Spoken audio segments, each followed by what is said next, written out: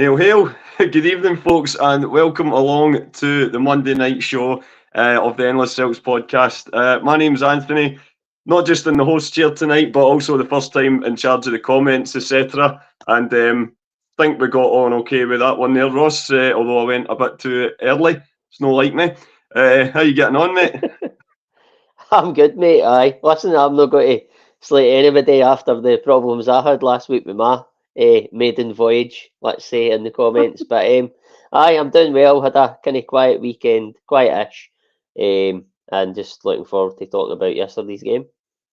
Top man, top man. And what about yourself, McGinty? You were in the middle of giving us a brilliant tutorial there on how to do the video before I just hit play and off we went. But how you getting on? As it seems, I didn't need to tell you anything. You had it spot on. But That's all good. Enjoyed my weekend. A couple of days off work as well, so all good. And as always, happy to be here. So it's always good to have you on, my friend. So now Wally has been abroad in Munich on a stag do this weekend. So we've not been able to call upon his talents to put together a nice wee promo video for everybody tonight, folks. So you're just going to have to listen to our dulcet tones to crack on. We don't even have a Super 6 graphic for the league table, but thankfully, just before we went on air, Ross has managed to get at least the top 10 that he can read out. So I'll hand over to yourself, mate. Aye. So the top 10 as it stands is Mark Robertson on 376. Then we have Stephen Coulthard. He's up one. Sound like the guy on Top of the Pops there. He's on 368, followed closely by Alistair Jack 367. Then with Joe Finlay. That's quite packed there. Joe Finlay's in 366. It's a bit like the top of the English Premiership. We've got Ryan Taylor, Kieran Gilhooly, Kevin Hampsey, yourself, Anthony Dunn. Willie's in 9th, and Franny is actually in the same points as Willie, joint 9th, 10th, if you like. So that's the top 10. And just to make everybody aware that there's another round which starts on Tuesday, which is tomorrow. So get your picks in for that. I think it's the 8 o'clock kickoffs. Yep, 8 o'clock kickoffs tomorrow night. That's perfect, because I stupidly forgot to put one on this weekend. I remembered the midweek one last week and then forgot to. I was working on Saturday, so it totally went out of my head to put one on. But yeah, it's just unfortunate. A nice wee suggestion there, Ross, for Paul. We should play the Top of the Pops theme tune down the countdown. I think we've been done for copyright for soundtracks enough this year, but you know, it's always something. Maybe if we can lawyer up a bit, Paul, we might be able to bring that in. You never know. So, as I say, without the joys of a nice wee video promo, we'll just I'll quickly run through what the sort of run of play is tonight. We'll obviously do a review of the match yesterday. We'll focus on Daisen Maeda, the hat-trick hero, who also made his 100th appearance for the club yesterday. It's the first time we've seen Nicholas Kuhn starting to really show what he can do in a Celtic jersey as well. Pay tribute to James Forrest, our one club man who came off the bench and impressed as well. Need to obviously have a little debate about the shakiness that is our defence at the moment. And if we're still on air in the next hour, we will be at least be able to let you know who we've got in the Scottish Cup semi-final draw. But even if we don't make it to that, I'm sure we'll definitely it'll be something we'll focus on in depth on Wednesday night's show. But Anthony, just before we get started, it's your usual, your Monday night retro kit. What is this week's offering? This is the 98-99 Athletic Club, or Bilbao, as most of us would probably call them. I believe they came kind of mid-table 8th, so not a glamorous season for them, but still a classic Kappa effort. You can't complain. Yeah, it's a cracker, mate. It's really nice. Kappa, I think they're kind of synonymous with kind of just really smart retro tops, aren't they? They always used to pull one out the hat. Especially with the kind of sleeves, or if anybody had the old tracky bottoms with the poppers, just all the cap logos out to the side. Aye, definitely had plenty of poppers in my time, but I had some nice tracky bottoms or not. Oh man, previous life, folks, previous life. Yeah, on that note, Ross, speaking of that, we'll talk about the football as well. So, Scottish Cup draw this weekend, Scottish Cup quarter-finals this weekend, and I think the sort of main gist after obviously last week's disappointment was that there was quite a lot of us a bit disappointed we weren't going right back into the league action. It was we were getting a little break for the Scottish Cup, and then there's going to be another league game, and then obviously there's an international break, so everything's feeling a little bit stop-start at the moment. But we were there yesterday afternoon's big fixture on Viaplay, whilst the rest of the country were tuning in, no doubt, to Liverpool Man City. We took on the boys for West Lothian at Parkhead in the Scottish Cup, and suppose with cup games it's all about just making sure your hat's in the next round, and which we've duly managed to achieve. But what was your thoughts on the kind of overall performance? And then obviously we'll do a deep dive into individual players. Well, like you say, first and foremost is out with performance. It's just get into the next round, which is the semi-final. We done that, so you've got to credit the team for getting the job done. I felt they started the game pretty well. Obviously, we'll touch on Kuhn a bit later on, but I thought he was excellent in the game for, I think he played about 60, 70 minutes. Thought he was really effective, really direct. I've, like Anthony, or McGinty, sorry, we've both slated him. And I had written him off, and I'm not one for writing players off too soon, but he just had been so bad. It was hard to see how he could bring a lively performance. It was going to be good enough for Celtic, but he done that yesterday. And I honestly thought the team performed pretty well in an attacking sense for the most part. But I mean, we'll have to touch on later about that defensive duo. I think we need to just bin that before it's all too late for us. But I mean, Livingston, they got their goals, and probably when they got the second goal, it threw us off our way a wee bit, and we brought Kyogo on, and then we started doing that side to side, running out of ideas, and I thought this is going to go extra time.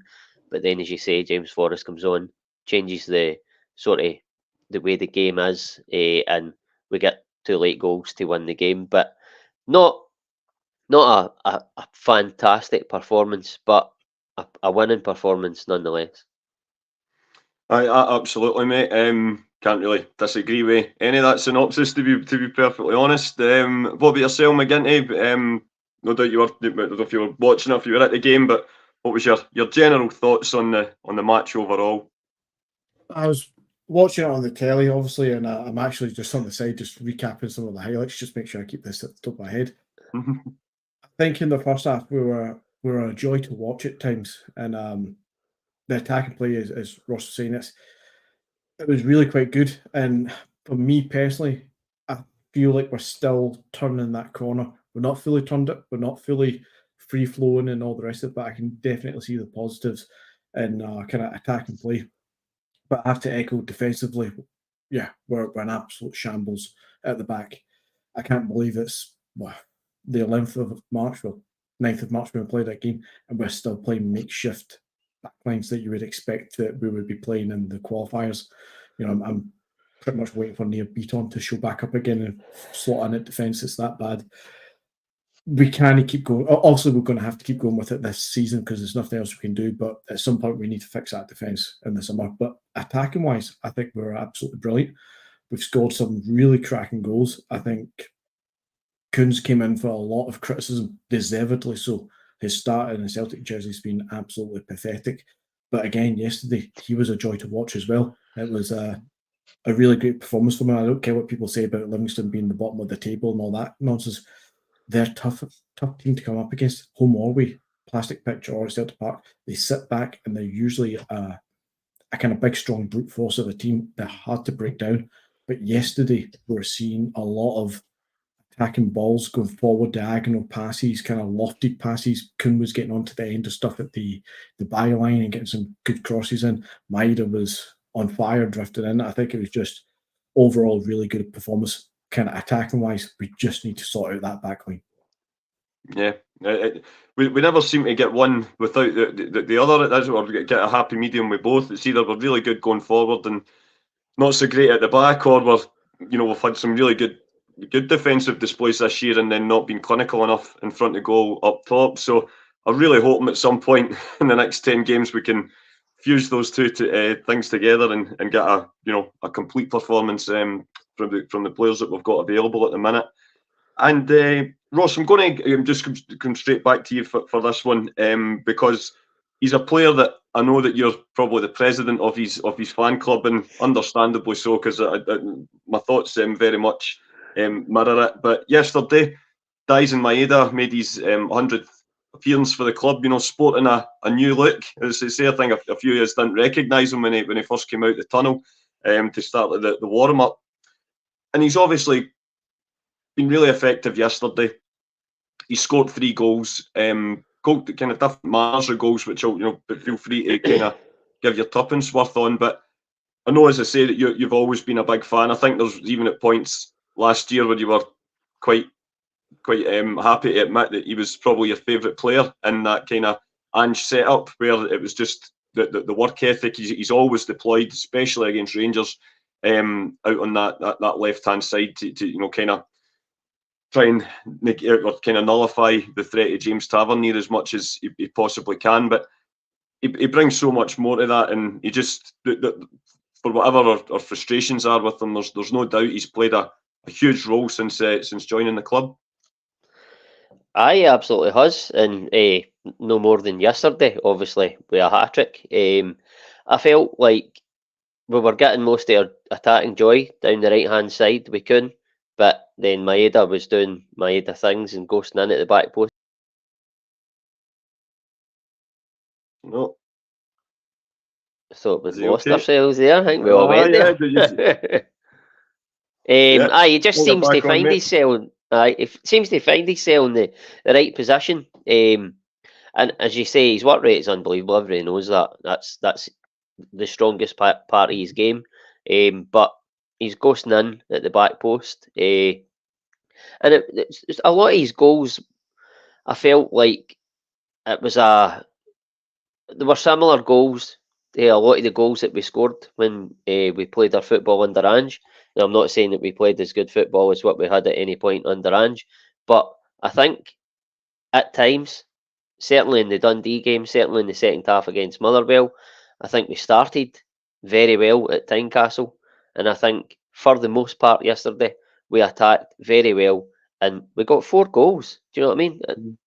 And that was us apparently. Well, that was us not playing to our top level, yet we still scored 4 goals, and a lot of the goals was getting to the byline, putting balls in, and even like the first goal, Kuhn, I thought was excellent. As I've said, it's a brilliant pick out.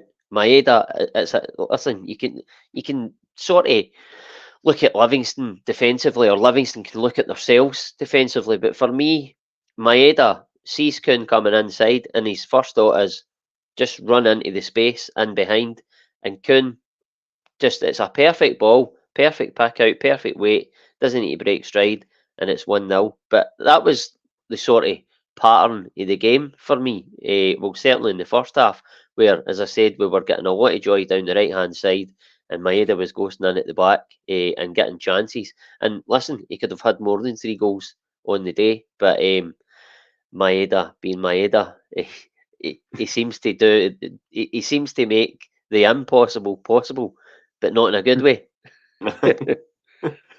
Well, that's it. I mean, you would say that, McGinty. I mean, he scored 3 goals yesterday. The first one, obviously, as Ross says, great ball in for Kuhn, and he took it first time. And I think we all would probably say that's when Maeda's best, when he doesn't have too much time to think on it. And you look at the second goal as well. It's instinctive just to get on the edge of the end of that, the save from McGovern, and he managed to get enough power on the header to get it beyond him the second time he asking.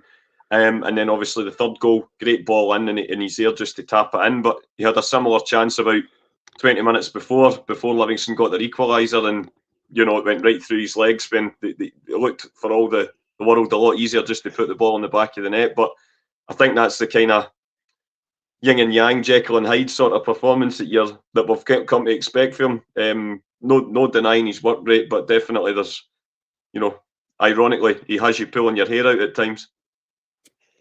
He does, and I've said it in the group chats long enough now for Maida, and I think most people will agree with me overall. He's not a winger. Any day of the week, he's not a wide player. But see, through the middle, instinctively, he reactionary. He's sublime at times. Those, as you say, those kind of balls that are coming through, all he needs to do is just jump and head it, or all he needs to do is just open the foot up and just let in.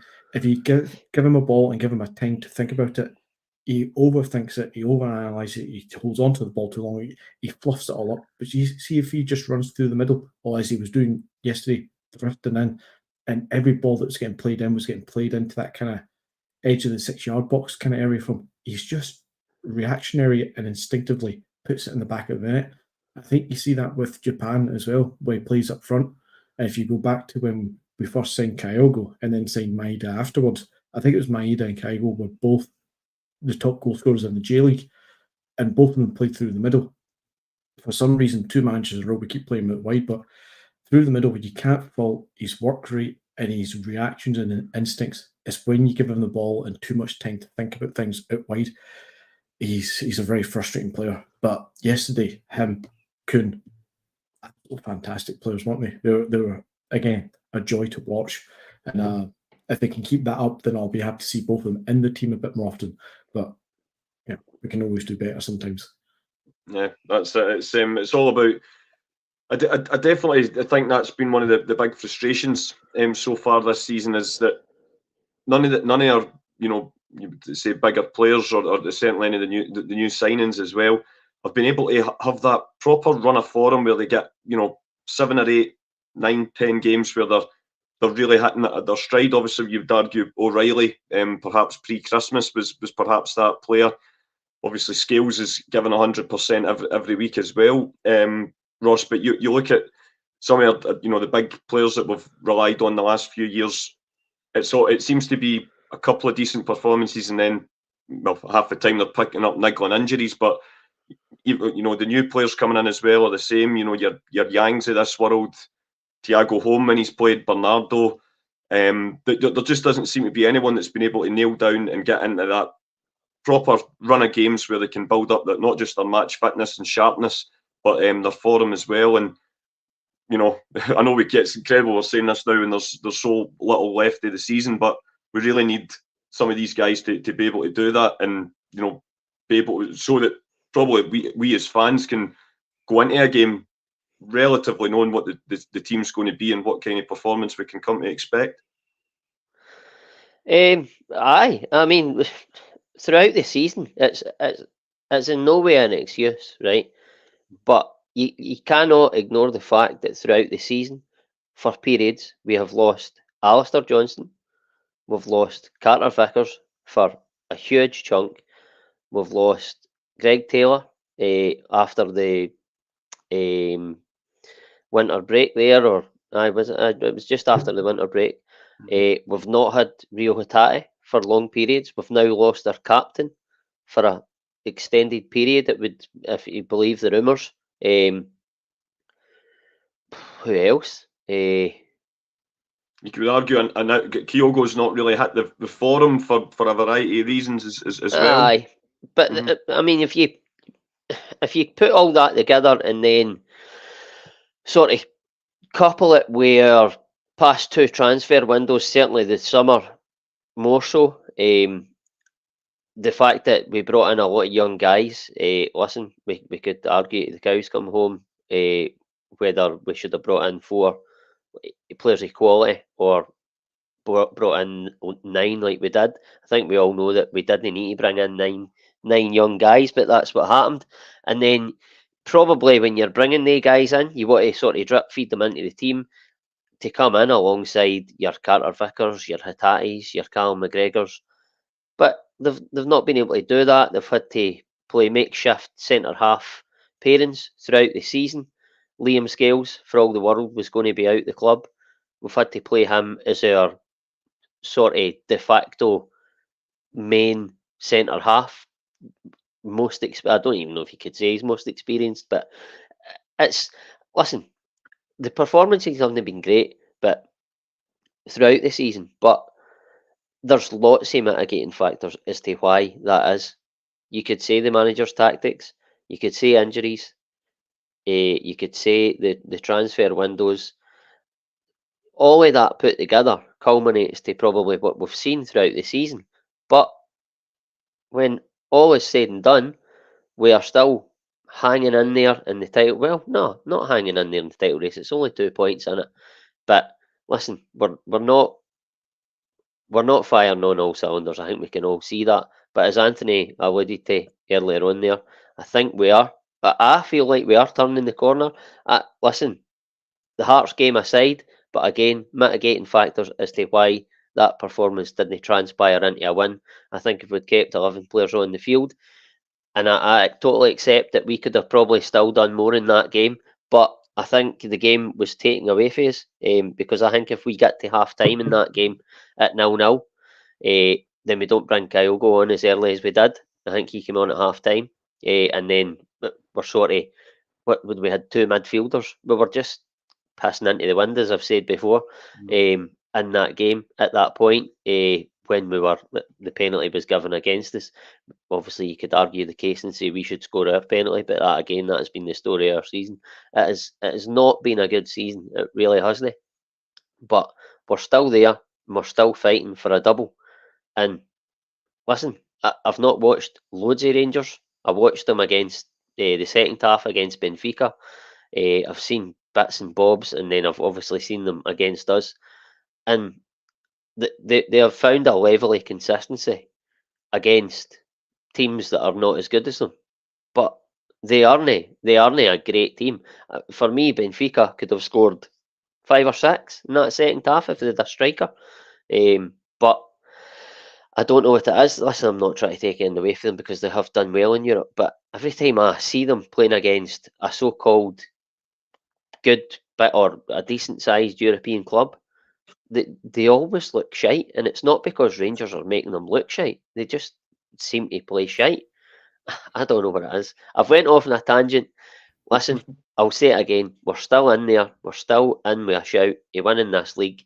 And I think, as we've said, we're turning the corner. The corner's more a big sort of sweeping bend joining onto a motorway. But hopefully we can get round that bend and just start flying right down the M8 all the way to the league title. What an analogy. You know, I mean, I don't even know where that came from. It's just all up there, kid. All up there. I absolutely, Anthony. I mean, it's definitely, it's normally me that Stephen accuses of being overly optimistic, but Ross has definitely set the scene there. He's painted quite a picture. It's as he says, you know, despite perhaps the performances not being to the level that we want to, you know, we're still, you know, the Hampden phase of the Scottish Cup's now been booked, and you know, still very much in the league title race as well. It could be rather, I don't like using the word glorious, considering its, you know, connotations, but it could be quite a glorious end to what's been a bit of a makeshift season. I think that's a great word for it there, Anthony. A makeshift season, and that's what it's been all year, because as Ross is saying, all those players that have been out for long spells, it's not just like somebody's been out for 1 week, somebody out next week. It's Cat Vickers was out for like 3 months. Hatate's been out practically the entire season. Abada's been out injured for about 4 months, and since he's been back, wasn't able to play much. Everything considered, he's now away to the MLS. All these players that Ross has mentioned, and then you factor in from last season's treble winners, and I use that quotation because there's not treble winners now. You've lost Jota, you've lost Giakoumakis and Josip Juranovic in the winter window, you've lost Moy. That's 4 plus Hatate, Carter Vickers, McGregor now out, Kaigo out, Abada's been out.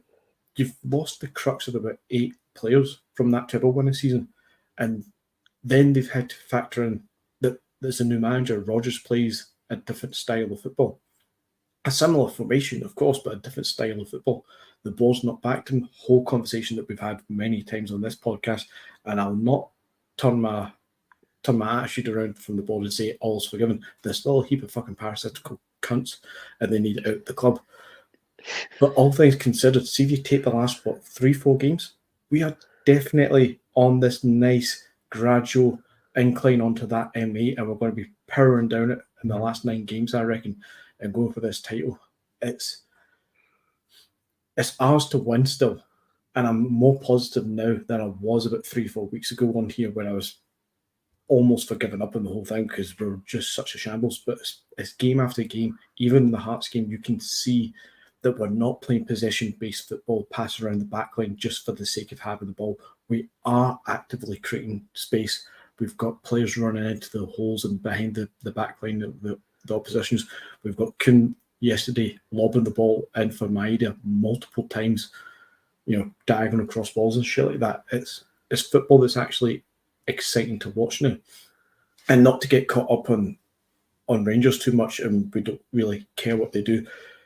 We do need to care about them a little bit because it is a title race now. But I'll agree with Ross. See, the few times that I've seen them, they don't look anything spectacular above what they have been for the last few years.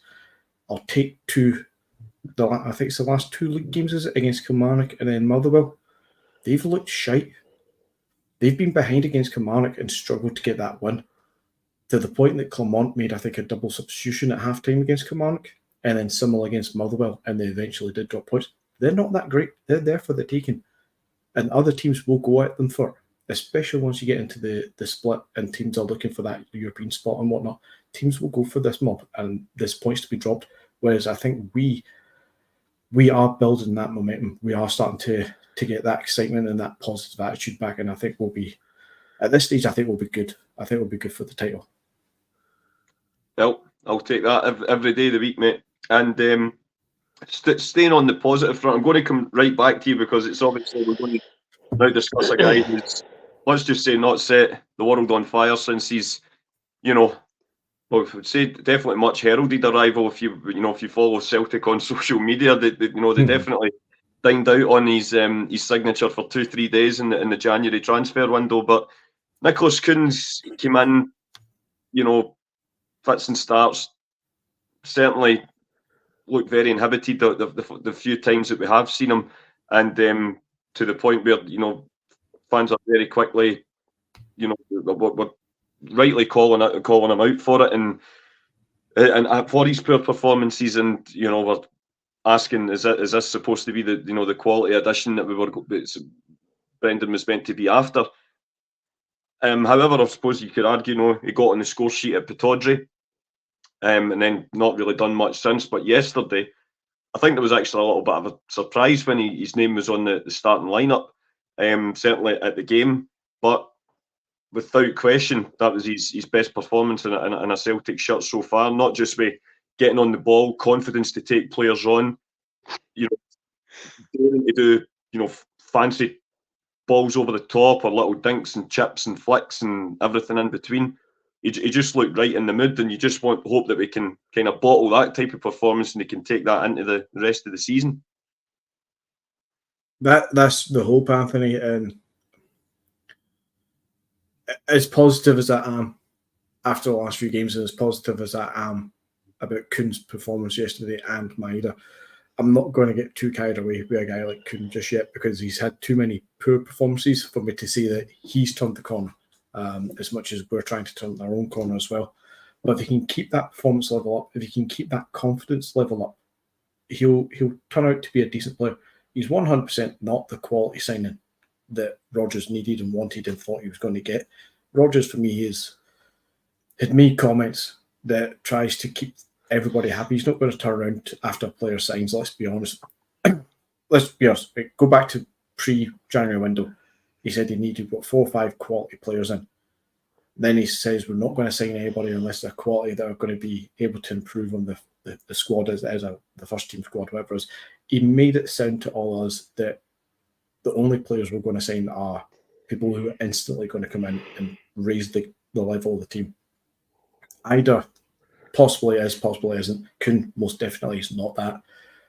But Rodgers isn't the guy who's going to come out and say, I signed him, he looks decent, but he's shite, and he's not really going to make any impact this season. He's not going to do that.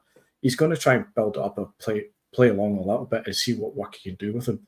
And he's clearly seen something, or else I think Forrest would have started yesterday, which I think most of us probably thought he would have started yesterday. But he gave Kuhn the chance. There's every chance that Kuhn will get another chance in the next game, considering I think Yang is at 2 games he's out for. If he takes his opportunity, fair play to him. Because as much as Yang has looked decent in the last few games as well, Yang's fallen into the same trap as Kuhn. Stop-start kind of season, not really hitting the ground too much, but coming into a game just now.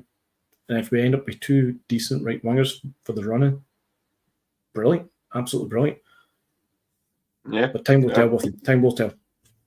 Time will tell, indeed. And Ross, like McGinty, I think probably like most of us still to be convinced by Nicholas Kuhn on a regular basis. But as we've already mentioned today, there's earlier in the show, there's no doubt that this was probably his best performance in a Celtic jersey. But as we say, a lot of big games coming up. If he is going to feature more, this is the kind of performance that he's got to repeat more regularly. Oh, absolutely.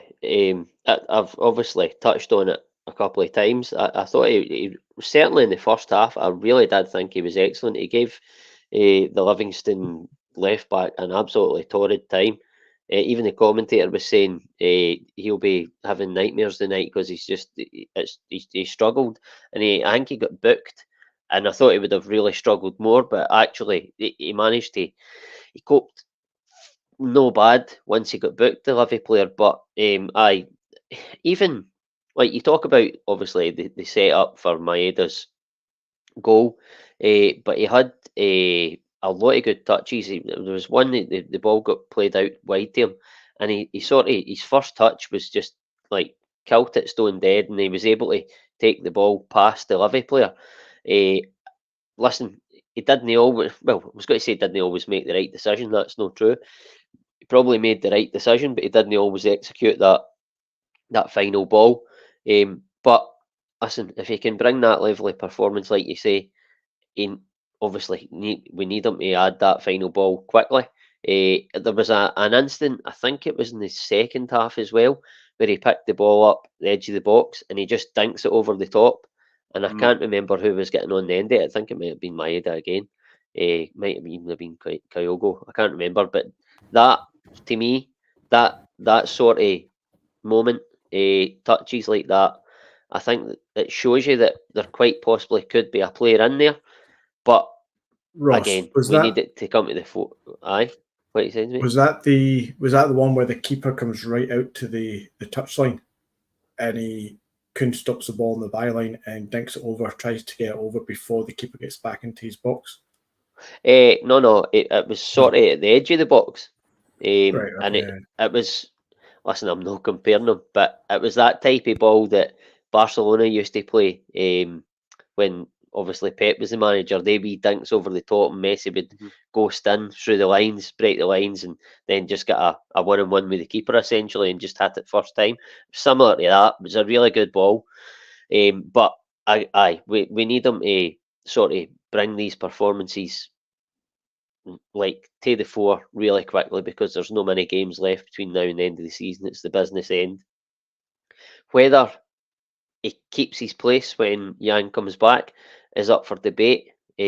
Obviously, we're going to touch on James Forrest in a bit, so I'll not go too in depth into that. But listen, he done himself absolutely no harm yesterday. I thought he had a really good game, and even listen, when he came off, I think it was more an enforced change than actually he's not doing the job anymore, because I still thought he was effective in the game at that point. But then James Forrest comes on and just does James Forrest things for a wee bit. But you just hope that, like Anthony said there, that he can bring that level of performance and consistency. And if he does, then Celtic and our front players will get a lot more chances than what they have been in recent times. But again, time will tell on that. But can I just say as well, I've heard a lot of people saying that off the back of the Motherwell game, the second half, certainly, I've heard a lot of people saying that Kyogo doesn't suit the style. Ida has to play. He suits the style more because he basically scored 2 goals. One was a header, and I think that he scored that header and everybody immediately went, he suits the style better. I didn't see any evidence yesterday that he suits the style any more than Kyogo, and that's not me saying that he shouldn't be in the team, but he didn't touch the ball a lot, and when he did touch the ball, he was very ineffective.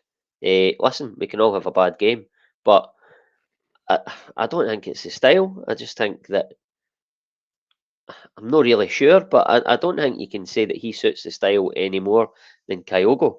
And Kyogo comes on. Listen, I don't see any way that we can go into this point of the season and not play Kyogo. Go to Ibrox and not play Kyogo. He's our talisman. He's the guy that has put Rangers to the sword on so many occasions. I just don't see any way that we cannot play him, albeit he does done quite well. There's no way for me that he should be starting before Kyogo. I would agree with that 100%. And like you say, that the way that the ball's been coming in, like probably since the Motherwell second half, the ball's coming in low, fast, earlier, quicker. I mean, that's almost pretty much exactly what we did last season. That's the kind of tactics that are almost tailor-made for Kyogo's skills. Ross, so like you say, of course, Ida rightly got the praise that day because he got the 2 goals and then followed that up with a brilliant header against who was it? We beat by about Dundee. 9. Dundee. That was but again, like you say, apart from the header in that game, he didn't do too much else in the game. Obviously, we're at the point now, it's just as long as the ball's getting in the back of the net, that's all that matters. But McGinty, if we were to fast forward a few weeks from now, going into the derby, Ida or Kyogo, choose for the powers in your hands. Who you picking to lead the line at Mordor? Kyogo. Kyogo 100%. Again, what Ross is saying, see if you take from the second half against Motherwell onwards until yesterday, and hopefully it continues in that way. The way that we're playing football just now is so much better. We're faster in our movement, the tempo's better, there's a higher press. There's so many times yesterday we had actually 4 or 5 people in the box on some sort of, not quite a counter-attack, but we're turning the ball over in the midfield so much quicker, getting out to Kuhn, and he was looking up and there's 4 people in the box to maybe 3 or 4 kind of Libby players as opposed to 10 men behind the ball. We're actually breaking their lines and kind of catching them off guard. And it's worked quite decently for Ida at times. But Ida certainly, especially yesterday's for me, was showing why he's Norwich's 3rd choice and not the 1st choice. He's decent, and there's a player there, especially to be coached by somebody like Brendan Rodgers. And I'm all for signing him at the right price, but I don't think that price is going to be there, because if we get to the point where we say, Ida, you look good enough, that price tag is going to be double figures. And he's not that good for us, I don't think. There's too much work still to be done with him. So for me, it's Kyogo, and it's Kyogo that we should be focused on mostly. And you're going into your big games, it's Kyogo that should start.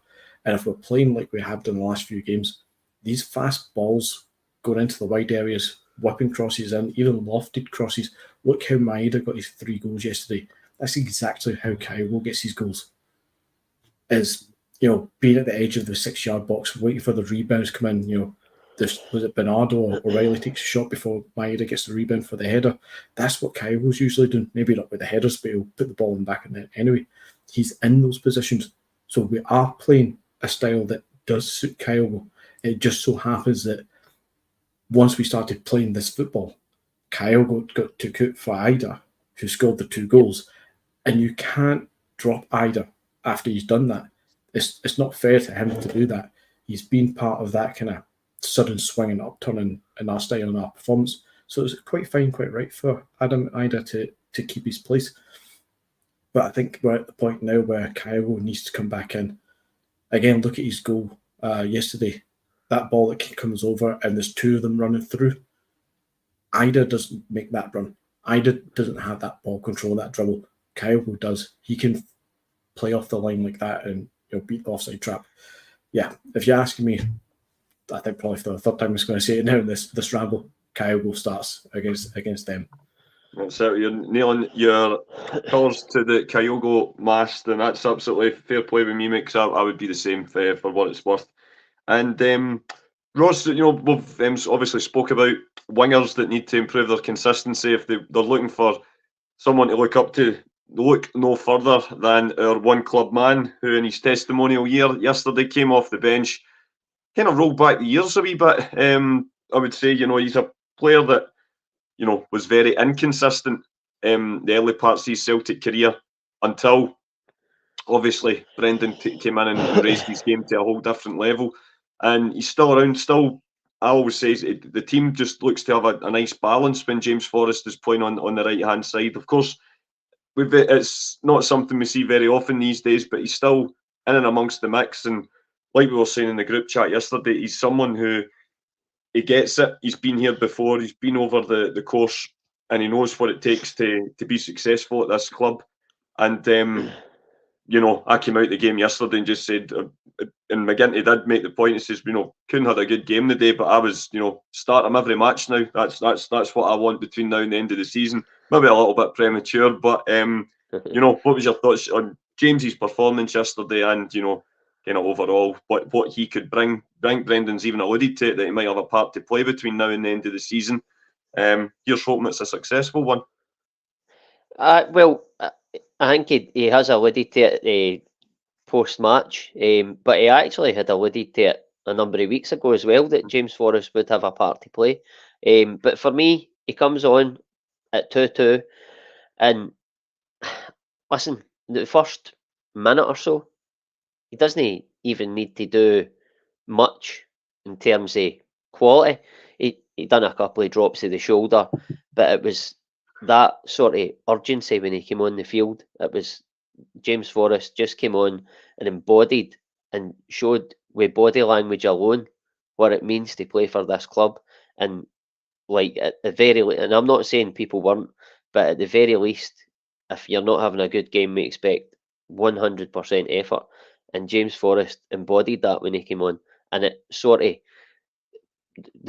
he's a senior player, okay, isn't he playing every week? But there's guys who are on the field, see that and go, well, do you know what I mean? If James Forrest doing that, then I'm going to have to do that 100% effort. And I think, listen, as we've said, Kuhn did have a good game. I don't think Kuhn does what James Forrest done. Listen, I'm not saying James Forrest completely changed the game, but he just he came on and thought, I'm going to drag this team and try and win this game here.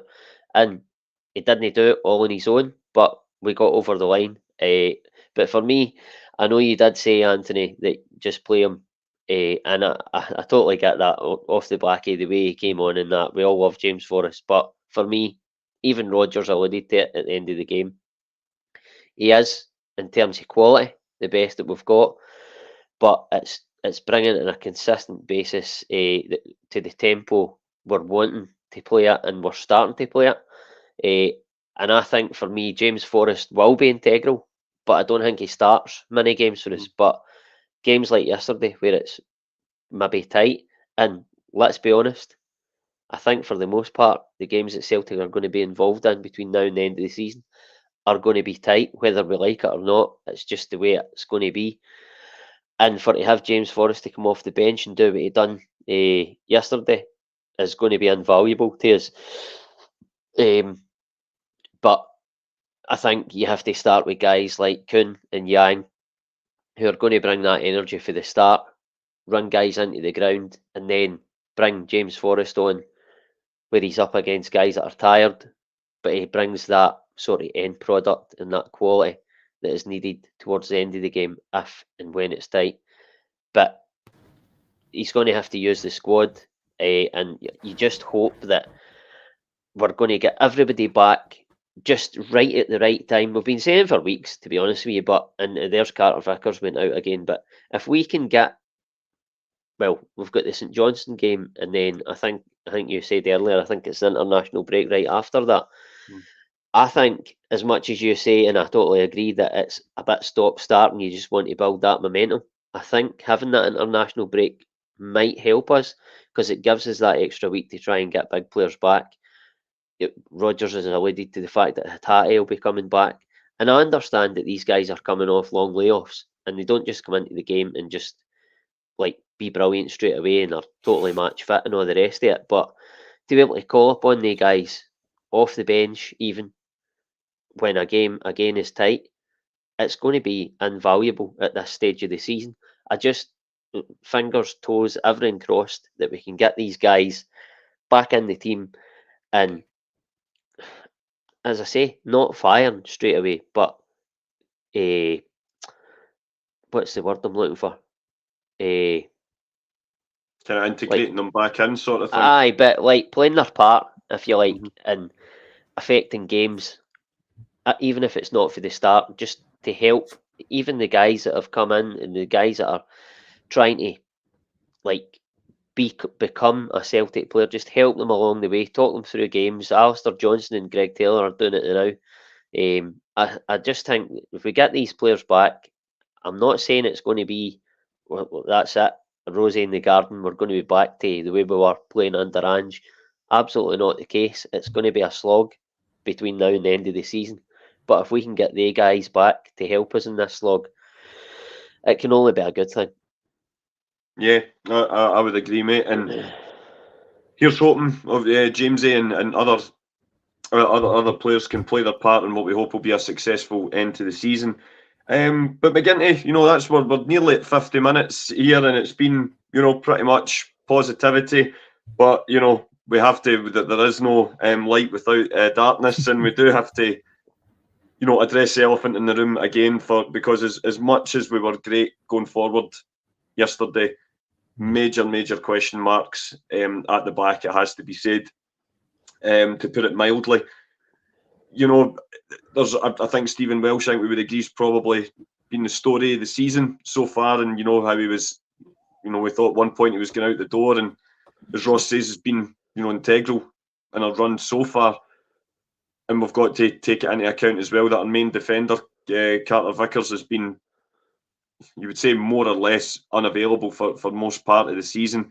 And of course, the Lager Bielka and Nawrocki gate is, that's a saga of its own. Stephen Welsh as well obviously signed a new contract and then very quickly joined the treatment table as well. I think it's safe to say that Stephen Welsh and Liam Scales, for all you can't doubt their commitment to the cause, as a partnership, perhaps not quite the levels that we're looking for. No, and I can't remember who said it in the comments earlier on, probably a good half hour ago now, mentioning that defensively we're shite as well, and asking if I think he was asking if I was blind to the defence or something. Absolutely not. Defensively we were absolutely honking yesterday, have been all season, and the fact that we're still putting out that sort of lineup for defence is absolutely pathetic. And that's a recruitment issue, not a Brendan Rodgers issue, because as we've just said, Nawrocki, Lager Bielka, that's a gate in itself. That's a whole political drama about how those two came about. Carter Vickers been out of action for, again, long periods of this season. You can't blame the manager for that. But you take the two guys who were started yesterday, and credit where it's due to Liam Scales. That guy was out the door. He was probably halfway back up the A9 or the M90, whatever it is, up to bloody Aberdeen. And he was pulled back just as he was leaving the off-ramp to go off the M8. And he came back into the team because we had to. We had to keep him. And all credit to Liam Scales. He stepped up and he's been a great player this season for his level. But his level is not Celtic at their top level. Celtic at the top level, Liam Scales doesn't get looking. But our level this season has just been all over the place when it comes to the back line. And Liam Scales has stepped up and he's done himself proud. And he should be proud of his performances. And we are proud of his performances. But he's not a first team pick for me. And he shouldn't ever be. I don't think he's ever going to be that kind of player. His level is probably Aberdeen or Championship down south. And some players are just that level, and I mean no disrespect to that at all. At all, no disrespect. But that's who started, I think, almost every single game for us. And he's been partnered yesterday by somebody who got a contract extension because he was 5th choice and was filling a quota for the European squad for being a homegrown talent. That's who partnered our defence yesterday. A guy halfway out the door and a guy who's a 5th choice. Okay, he'll be fine for a squad filler. And that's who we started with. It says it all, really. I mean, look at the goal, the first goal. Long ball gets put over the top, and Welsh and Johnson are miles apart. Welsh doesn't have the legs on him to get back in time. It's just an easy goal for people, and most teams are going to try and do that to us most of the time, and they'll get some joy once or twice a game, and they'll score 1 or 2 goals a game. Even though Joe Hart, again, has been brilliant in the last few games, teams are going to score goals. But I'll take you back to what we're seeing as a collective earlier on. Attacking-wise, just now we're brilliant, and we'll score 4, 5, 7 goals a game.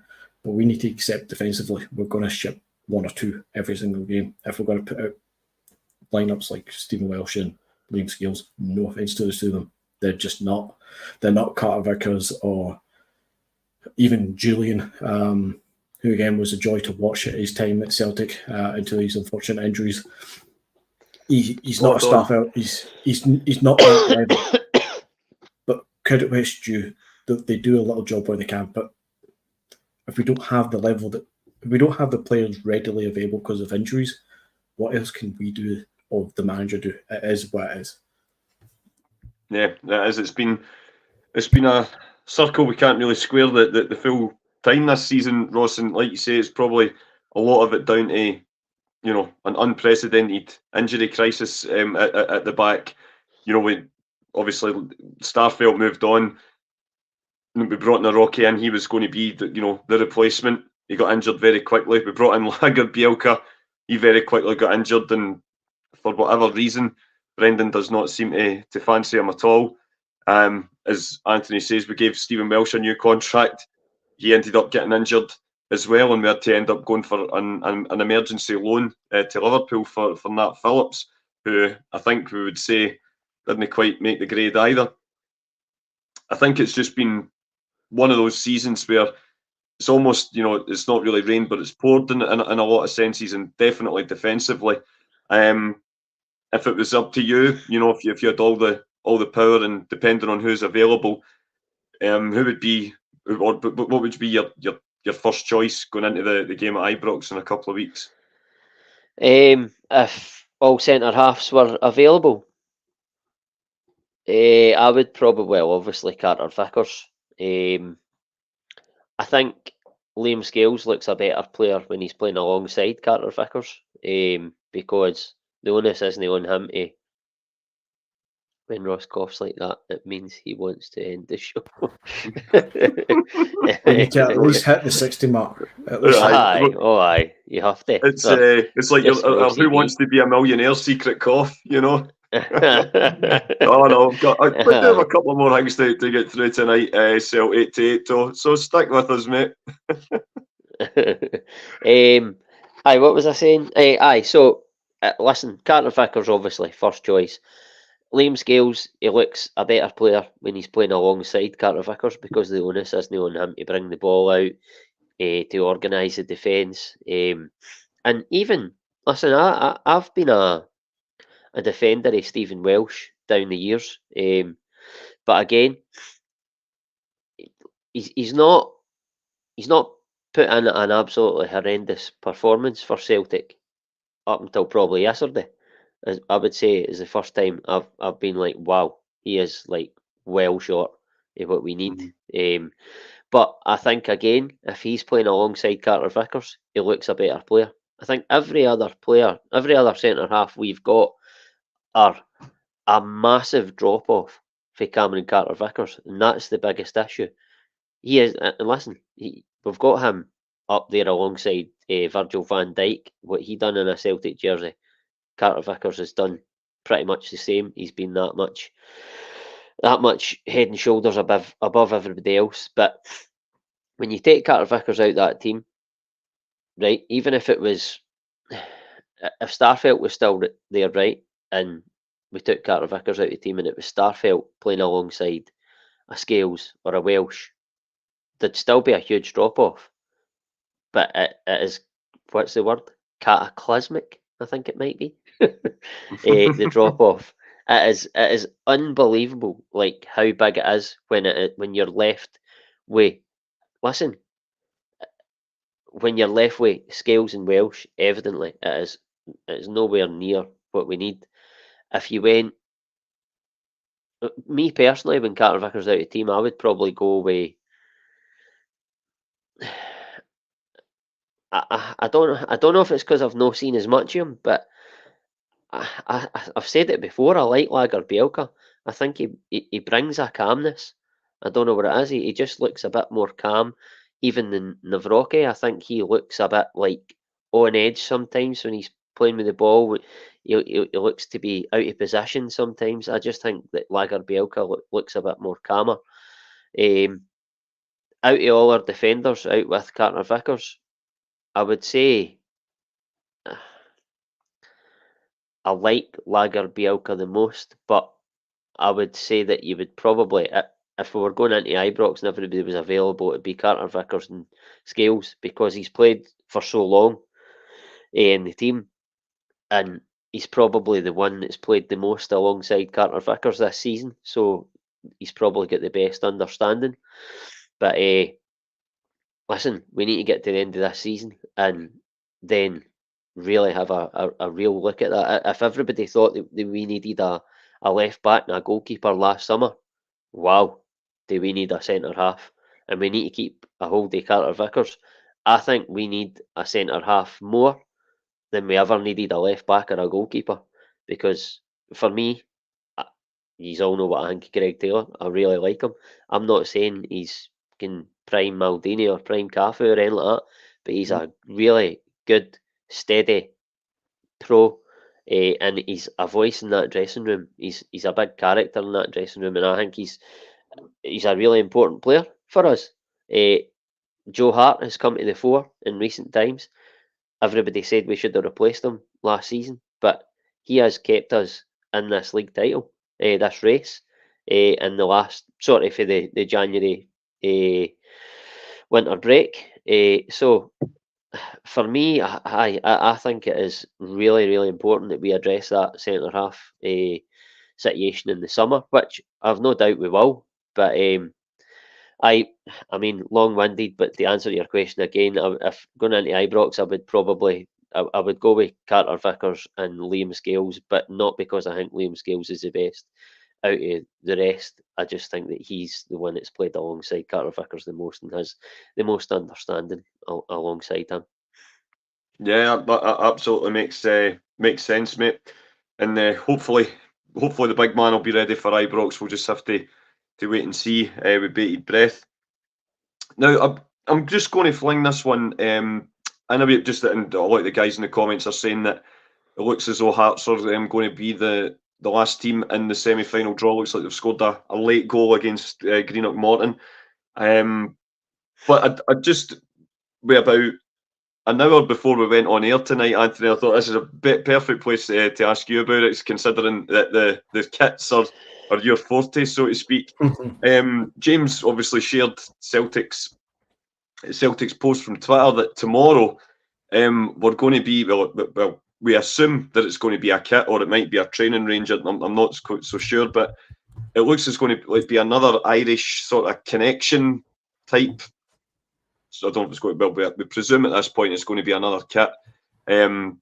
Similar to what I think we've done it last year as well. We brought out the bottle green one with the tricolour on it. It's, the latest marketing from Adidas and Celtic to release another strip. I mean, no doubt it's going to be another 60, 70 quid job. I mean, am I being the Reverend I.M. Jolly here, or am I just saying, is there really a need for another commemorative kit that we're not going to wear at any point between now and the end of the season? Is it just the way that football's going? Another way to print cash? I, and I and no, and I and no again. I see it I see it both ways. The traditional old man aspect of me says, "Going to fuck off with all this kits. They stop ramping up prices. They stop charging us a small fortune for this nonsense." More so when it's a kit that comes out that we don't actually wear, and it's one of the things that stopped me buying the bottle green one that looks absolutely class, but it's basically a glorified polo shirt that we never wore. So for me, it's not a real kit. It's not a real kit unless we play in it. So they're going to do that again, which I believe it probably is, because I think the last 2 times we've done this, it's been around about this time of year that we've released that 4th kit, and we try and tie it into the whole Paddy's Day kind of Irish connection, which I totally understand as a marketing gimmick.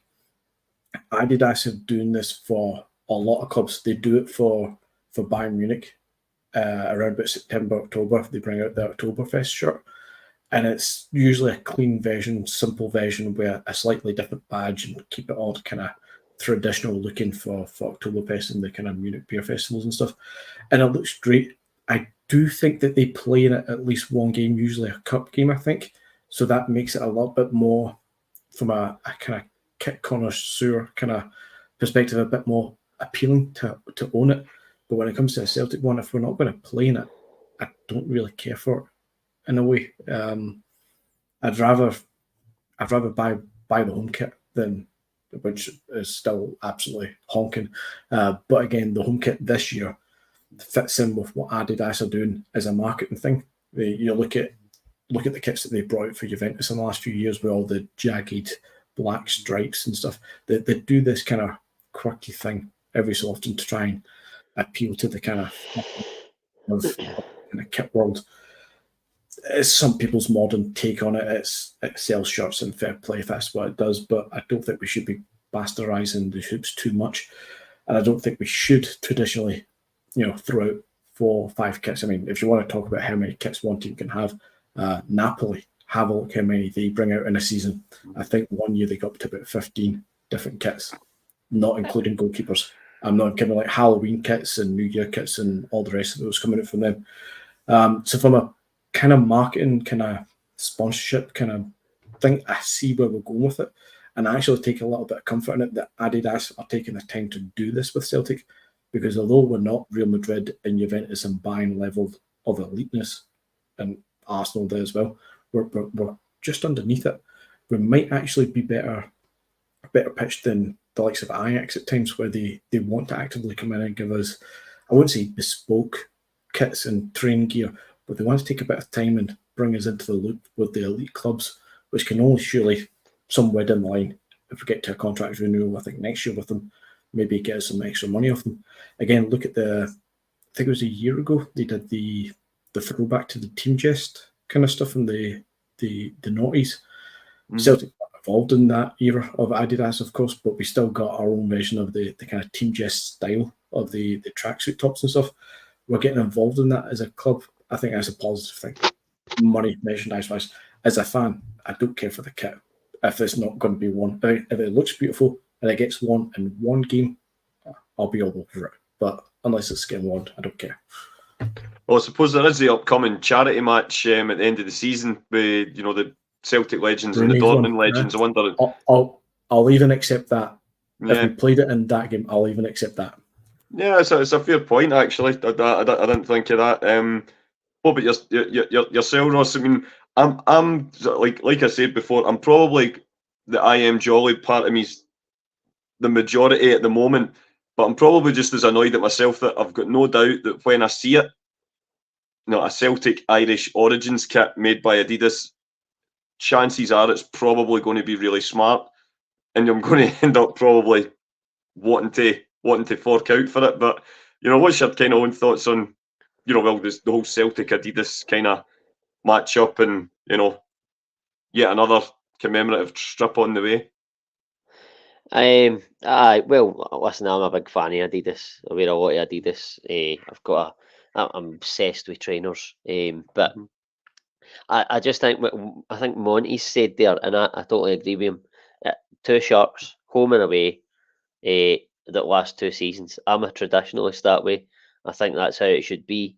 And if you get to the cup final, if you're bringing out the new top, wear it in the cup final, so that then it goes into the next season. That's how it always. I remember it how it always used to be. That's how it should be. I think somebody else, Michael Ross, said in the comments, any third kit is a good idea if all the money goes to charity. I think that's a decent shout. But again, it's probably something that won't happen. Even if it was a fraction of the money went to charity, even that. But for me, like yourself, Anthony, I've not seen it. The chances are I'll be smart and I'll maybe want to buy it. But I got the well, obviously the current home top, and I got the one. What do you call it again? It's got the white badge and that on it. Yeah, the kind of. But I think they marketed it around the perfect hoops, didn't they? I think that's what they called it. Well, yeah. I got that as well. I think that was the one they did last year, and the bottle green one was 2 years ago. The kind of centenary looking one. Yeah.